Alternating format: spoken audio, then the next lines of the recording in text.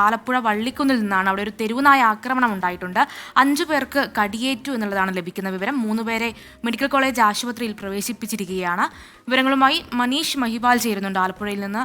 മനീഷ്, എങ്ങനെയാണ് വിവരങ്ങൾ? അവരുടെ പരിക്കേറ്റവരുടെ ഈ കടിയേറ്റവരുടെ ആരോഗ്യസ്ഥിതി എങ്ങനെയാണ്? എപ്പോഴാണ് ഈ സംഭവം ഉണ്ടായത്? ഈ സംഭവം ഉണ്ടായ ഇന്ന് രാവിലെ 9 മണിയോടുകൂടിയാണ് ആലപ്പുഴ വള്ളികുന്നം പഞ്ചായത്തിൽ 5-ാം വാർഡിലാണ് ഈ തെരുവ് നായയുടെ ആക്രമണം ഉണ്ടായത്. അങ്ങനെ നമ്മൾ CCTV ദൃശ്യങ്ങൾ കാണുന്നത് മറിയാമ്മയാണ്. മറിയാമ്മയുടെ വീട്ടിനകത്തേക്ക് വീട്ടു പരിസരത്തേക്ക് കയറി വന്ന നായ ഈ പരിസരം മൊത്തം ഇട്ട് ഓടിച്ച ശേഷമാണ് മറിയാമ്മയെ കടിച്ചത്. നിലത്ത് വീണ മറിയാമ്മയുടെ മുഖത്ത് കടിച്ചു. ഗുരുതരമായി പരിക്കേറ്റ മറിയാമ്മയെ പരുമലയിലെ സ്വകാര്യ ആശുപത്രിയിൽ പ്രവേശിപ്പിച്ചിട്ടുണ്ട്.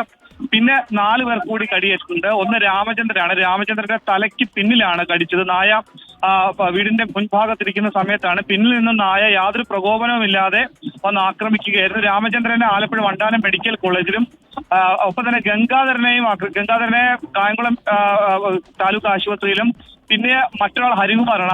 ഹരികുമാറിനെ ആലപ്പുഴ വണ്ടാനം മെഡിക്കൽ കോളേജ് ആശുപത്രിയിൽ പ്രവേശിപ്പിച്ചിട്ടുണ്ട്. 5-ാമതൊരാൾ ഈ നായയെ ഓടിക്കാൻ വേണ്ടി വന്ന സമയത്ത് വീണ് പരിക്കേറ്റ ഒരാളാണ്. അയാൾക്കും പരിക്കേറ്റിട്ടുണ്ട്. അങ്ങനെ 5 പേർക്ക് ഈ തെരുവുനായയുടെ ആക്രമണത്തിൽ പരിക്കേറ്റു. നിലവിൽ ഈ വളർത്തു നായ്ക്കളെയും ഒപ്പം തന്നെ മറ്റു വളർത്തു മൃഗങ്ങളെയും ഈ ഒരു തെരുവുനായയാണ് ഈ ആക്രമണം മൊത്തം നടത്തിയത്.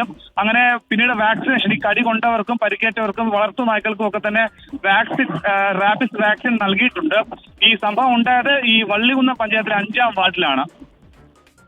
ആലപ്പുഴയിൽ നിന്ന് മനീഷ് മഹിപാലാണ് വിശദാംശങ്ങളുമായി ചേർന്നത്. വളരെ ഭയപ്പെടുത്തുന്ന ദൃശ്യങ്ങളാണ് നമ്മൾ കണ്ടത്. ഇത്തരം സാഹചര്യങ്ങളിൽ പെട്ടെന്ന് എങ്ങനെ പ്രതികരിക്കുമെന്ന് പോലും പലർക്കും അറിയില്ല. കാരണം ഇങ്ങനെ ഒരു ജീവി വന്ന് അത്രയും പോകുമല്ലോ.